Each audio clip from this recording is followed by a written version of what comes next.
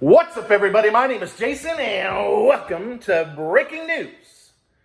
The $10,000 targeted EIDL advance lawsuits are coming. It is Thursday, June the 17th. Can you believe it? 2021. Please do me each favor. Give this video a thumbs up. Hashtag TARGETED with your comments below. And I just saw another article go cruising by on Twitter. Ladies and gentlemen, if you're new to this channel, welcome. We certainly appreciate you. We're about to launch a business called Small Biz Inc. You're going to be able to create a profile, and this guy right here is going to help grow your business, and we're going to make a bloody fortune over the next 5, 10, 15, 20, 30 years and beyond. But in the meantime, this is arguably one of the biggest days that we have ever had in the last 15 months of this channel. This has been an exhaustive process. It's 2 steps forward, 1 step back, and an endless episode of Groundhog Day. Just when we think we're getting progress, no, we have to hear and find out that they only funded 70 out of 13,000 live venues in the 6 months since they passed the fucking law. It's just an endless grind. However, the ranting and raving that I and Speak and See, God bless the man, Stephen Carlson, meet Kevin, who's semi-retiring. We certainly wish him the best of luck. Max Meyer, moving to Puerto Rico. What a beautiful place. I want to see lots of pictures, particularly from the beach. Builder, Aubrey Janik, writer over at Skip, of course, who's absolutely amazing. Anybody else I left out? We're all trying to do the same thing, and that's what? Get you 10 grand regardless of size, location, or credit score. Put those fucking caps up at $2 million, 24 months of working capital sometime this year. And yes, based on all of this absolute madness that's been going on in the last 15 months, we want the EIDL loan forgiven, treated just like PPP so that you never pay the SBA a single dime. But for the first time, did I say pull up a chair? I think I did. I'm a little all over the map because I'm excited. I got a lot going on for you guys. But there's an article, and this is from Andy Medici. I'll pin it in the top comment. This is from the Triangle Business Journal out of the Carolinas, one of the largest local news, from what I understand, in the Carolinas. By the way, Nate Morabito, another investigative reporter. The Carolinas are absolutely killing it. And again, Stacey Cowley, she's running her mouth again today, and I say that respectfully. This woman works for the New York Times, one of the most liberal organizations in the entire world. And she roasted. And she's roasting her again today. Miss Isabel Guzman in the SBA. So Stacey, God bless you. Keep pushing along with Patrick Terpstra, Andrew, and everybody else that I've mentioned in the last week. Title of this article from Andy Medici, pinned in the top. Please read it. SBA's restaurant fund lost in court. The targeted EIDL advance grant program could be next. And ladies and gentlemen, this is absolutely huge. I mentioned some of this last night on Twitter. I couldn't even sleep last night because, look, sometimes I feel like I'm talking to myself. And I take a lot of, he's just leading people on. He doesn't know what the fuck he's talking about. We are dreaming our world into existence. And for brute fucking force, we have finally gotten law firms, now that we have precedent, with the SBA losing in the court of law multiple times, to come out and say, you know what? This low-income community requirement, this economic loss bullshit, this class warfare, that my words, not theirs, may be unconstitutional. And as 3 lawyers are about to say, we have a chance, ladies and gentlemen. The money's not going to arrive immediately, and there is no fucking guarantee. But I have never been more optimistic, whether it's us or about 15 law firms that are... If 3 are talking about it, and I just saw 2 more, if 5 people at major law firms, one of which I'm going to reference in a second here, is talking about, there's 50 more at least that are strategizing, because here's the deal. The targeted EIDL advance is $30 billion. It's bigger than the restaurant fund. It's bigger than the, was it $1 billion or $1 billion and change to the farmers? So if I'm a lawyer, are you listening, folks? If I'm a lawyer, I want to go after the big fish. I want to take the SBA's largest EIDL program down outside of the 24 months of working capital. And who knows, we might figure out there's some shenanigans going on there too. So I need some of you to follow through. It's one thing to say we have a chance, and I'm going to contact all 3 of these, at least 2 of them anyway. So here we go. The Small Business Administration, I quickly summarize, recently suffered court defeat in its ability to prioritize minority and women-owned businesses in the $28.6 billion Restaurant Revitalization Fund. Some experts, and bear with me, folks, I will summarize this. This is a huge, victorious day for us. We are by no means done, but it's out into the ether. It's out into the cosmos. The SBA's fucking on the ropes, and we need to take their ass out with a fucking Mike Tyson straight right from 1995. Some experts say the court, that was a pretty good one, hurt my hand too. Some experts say the court decision, which has left many restaurant owners scrambling, could spill over into other COVID EIDL relief programs. Oh, really? Including its popular Targeted EIDL Advance, meaning if we're victorious, you're getting 10 grand regardless of size, location, or credit score, or the balance thereof. At issue with the restaurant program, of course, was the 21-day priority period. I'm not going to go into it at length, but they gave women, minorities, and of course our great veterans who we love and appreciate that have served this country, they gave them 21 days of preferential treatment.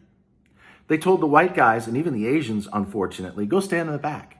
And as a white man, I've said, I don't have a problem with that, as long as you can guarantee me that me, or guys that look like me, are going to get the financial assistance that everyone else is getting in an equal fashion. Well, the problem was, and this is why the America First Legal Foundation sued and won against the SBA, is they were running out of money. So the SBA, once they lost that case, had to rescind 3,000 restaurateurs. And that breaks my heart because I know some of them right down here in Atlanta, they took the approvals and the money away. And they had to give it to the Asians and for the most part, the white guys that were neglected or discriminated against in the beginning. But that's the precedent that we need. There's the 500 or 600 car pileup. And now that the SBA has virtually lost every single lawsuit recently, including to the farmers and the strip clubs, even out of towns like Chicago, which are about as liberal as it gets. There was even an appellate court, I think it was in Chicago, that said the SBA is discriminating and violating the law. Look, when you have radical left appellate courts that are telling the SBA, you can't do that. We've never had this much momentum, folks. So allow me to continue to read. Legal experts say there could be a ripple effect for a program like the SBA's $25 billion Targeted EIDL Advance program. It's actually $30 billion, but we'll go with $25 billion, which is only open to small business owners in areas that the SBA is designated as low income. That provision has drawn the ire of small business. Really? Do you guys know anyone who's been pissed off, ranting and raving, screaming and hollering for the last 15 months because you and your families got fucked out of what you were promised in the CARES Act? Let me think about that and see. I'll get back to you. And experts believe that the recent Restaurant Revitalization Fund decision could spark a challenge over the low-income requirements. All right, here's two lawyers in particular, and then I'll also touch on a third one that speak to the angle and why they think we could win this case. Quote, this is from Leonard Johnson. He's a shareholder at law firm Buchanan, Ingersoll, and Rooney, which is a very large law firm. Buchanan, Ingersoll, and Rooney. Leonard Johnson says, and I quote, the Targeted EIDL Advance program is likely subject to challenge on similar grounds as the recent decisions on the priority period applications related to the Restaurant Revitalization Program. Part of the issue, he goes on to say, is that you could have a person, and this is very important. This is for all you people that live just outside a stone's throw of a low-income community, a purple zone. You've suffered as much or more of a loss as your neighbor across the street, but so far the government and the FBA is saying, fuck you. Well, here's the point that Leonard's going to make. Part of the issue is that you could have a person or a business in the exact same economic situation who isn't located in a low-income community, who is not eligible, while the other party is, simply by virtue of where the business is located. I would be very surprised if similar challenges are not brought, although I don't have any feel or how likely they are to be ultimately successful. In other words, it's no secret.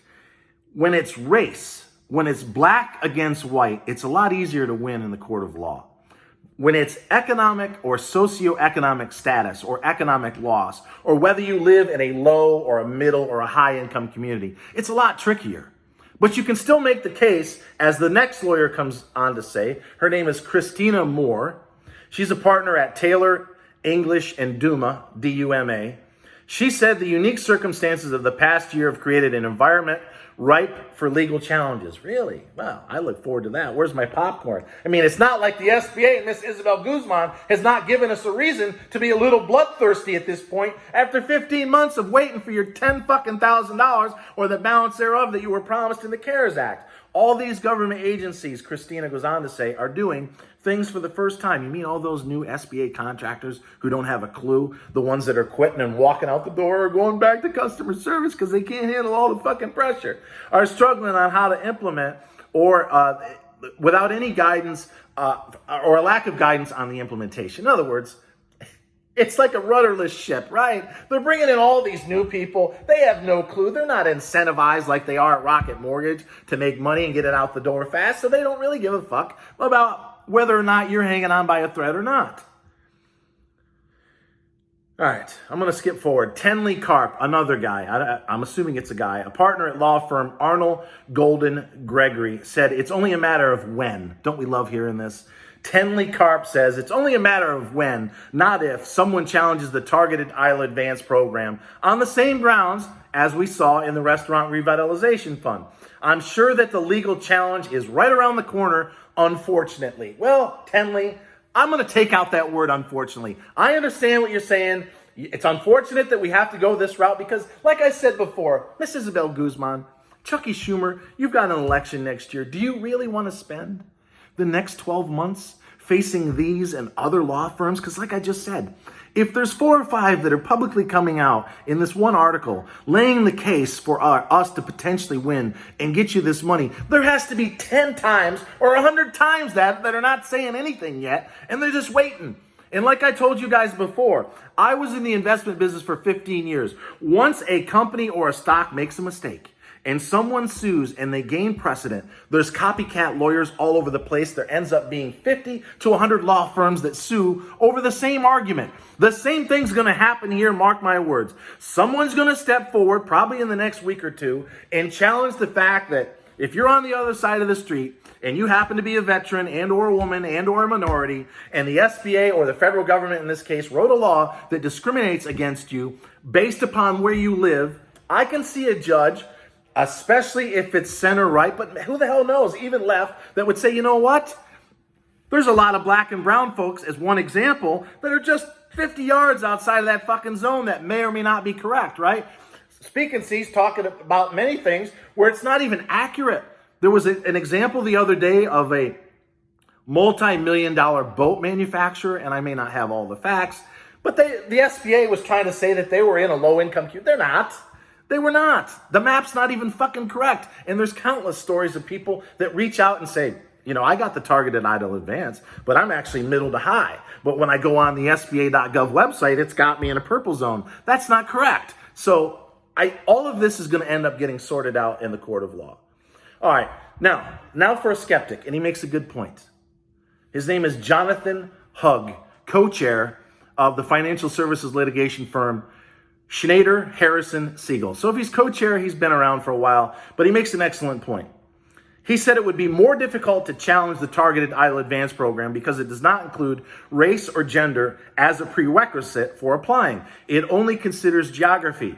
He says, quote, a challenger could conceivably argue that this geographic focus is a proxy for race or even gender.